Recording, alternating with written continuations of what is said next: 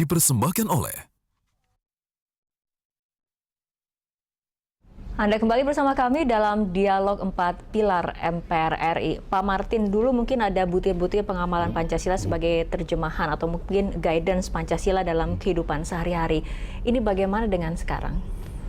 Ya memang jangankan butir-butirnya itu terhadap sila-sila Pancasila ini, bagaimana rumusannya, bagaimana hubungannya satu dengan yang lain, itu kita banyak lupa sekarang itu. Masyarakat kita banyak yang tidak sadar lagi karena tidak diingatkan bahwa ada ideologi kita, ada dasar negara Pancasila kita yang seharusnya menjadi pegangan kita.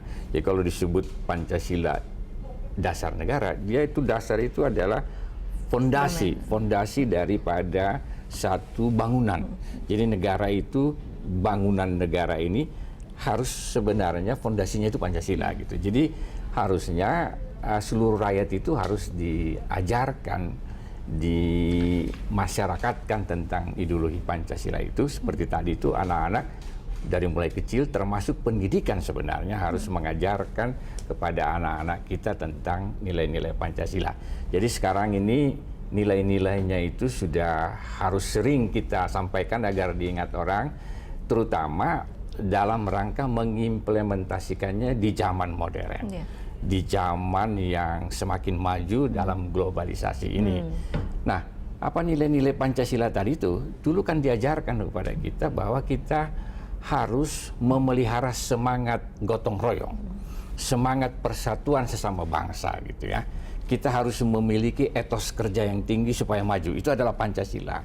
Kita harus bisa menghargai sesama bangsa, menghormati kerukunan beragama di antara rakyat kita sendiri. Nah, nilai-nilai ini harus selalu kita segarkan gitu. Harus selalu kita ingatkan agar supaya kita tidak pernah lupa.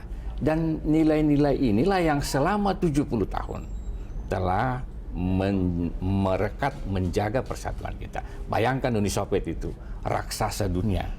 Itu luar biasa, tapi dalam waktu sekejap pada saat dia lupa menjaga persatuannya, dia pecah menjadi 15 negara.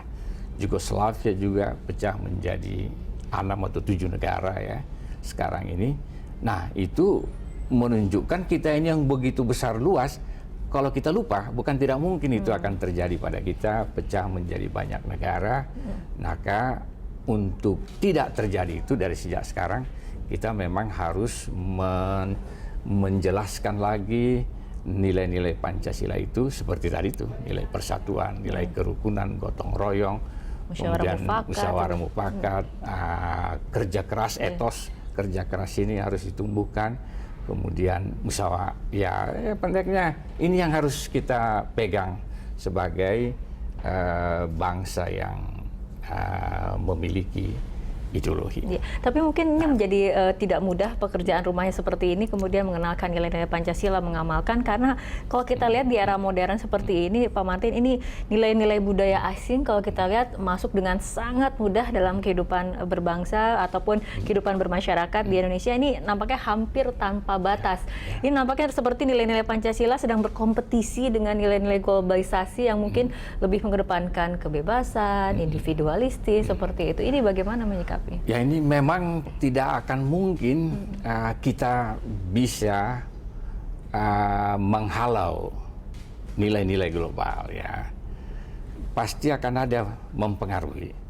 Tetapi tidak boleh nilai-nilai global, nilai-nilai asing itu merubah jati diri kita sebagai bangsa. Kita harus memiliki kepribadian. Kepribadian Indonesia tadi itu, kalaupun kemudian kita harus beradaptasi dengan nilai-nilai luar, tapi kita sudah bisa menapisnya, menyaringnya. Nah, semangat berkompetisi itu bagus. Itu kita bisa gunakan itu juga untuk memotivasi kita. Tetapi semangat yang individualis itu jangan dulu gitu. Individualis itu harus mengalah kepada semangat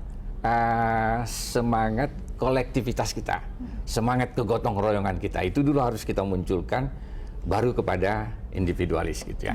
Begitu juga semangat yang materialis yang menghargai materi, itu jangan dulu. Kita harus ada keseimbangan antara spiritual dan materi.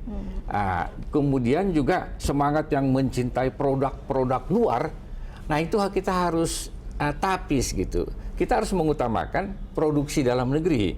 Kalau kurang baik produksi dalam negerinya, kita perbaiki, kita dorong. Pemerintah tugasnya agar membuat produksi dalam negeri itu bisa bersaing dan agar rakyat mencintai produksi dalam negerinya. Contohnya misalnya Jepang. Jepang itu adalah negara raksasa. Sekarang ini nomor 3 terbesar ekonominya di dunia. Dia negara modern. Tetapi rakyatnya itu tidak disuruh oleh pemerintahnya pun, dia sangat mencintai produksi dalam negerinya. Dia ada kesadaran gitu ya. Kita pemerintahnya setengah mati untuk mendorong mereka membeli buatan luar negeri. Mereka nggak bisa. Sulit sekali karena ada kecintaannya gitu terhadap bangsanya dalam negerinya. Walaupun mereka tidak menyebut berpancasila, tapi mereka praktekkan gitu ya. Begitu menghormati orang. Coba lihat. Kepala pemerintahannya pun membungkuk di hadapan orang lain, menunjukkan rasa hormatnya. Jadi di sana ada sikap yang tulus menghargai sesama, kemudian mencintai produksi dalam negeri. Nah, ini harus juga kelihatan pada kita. Korea Selatan misalnya, kerja keras, etosnya luar biasa. Dulu negara-negara Cina jauh di belakang kita dalam prestasi pembangunan. Tapi sekarang kan Cina sudah jadi raksasa dunia, sudah hampir mengalahkan Amerika karena mereka memiliki etos gitu ya. Padahal Indonesia sebenarnya bisa seperti itu, bisa raksasa dunia kalau kita betul-betul menjadikan Pancasila itu sebagai keunggulan kita, sebagai pengikat persatuan kita, sebagai etos kerja kita, sehingga akhirnya generasi muda yang akan datang, begitu juga rakyat seluruh Indonesia tahu bahwa Indonesia yang besar, Indonesia yang bisa memakmurkan, mensejahterakan rakyatnya adalah Indonesia yang berpegangan teguh kepada ideologi dasar negara Pancasila. Ya, kita harapkan ada kesadaran dari seluruh rakyat Indonesia untuk mengamalkan nilai-nilai Pancasila sehingga Indonesia menjadi negara yang besar seperti itu ya Pak ya. Ya. Baik, terima kasih Pak Martin telah bergabung sama kali dalam dialog kali ini. Terima kasih Pak. Pemirsa, sampai di sini kebersamaan kita dalam dialog 4 pilar MPR RI. Saya Fitri Megantara, mewakili kerabat kerja yang bertugas undur diri. Terima kasih atas perhatian Anda. Sampai jumpa.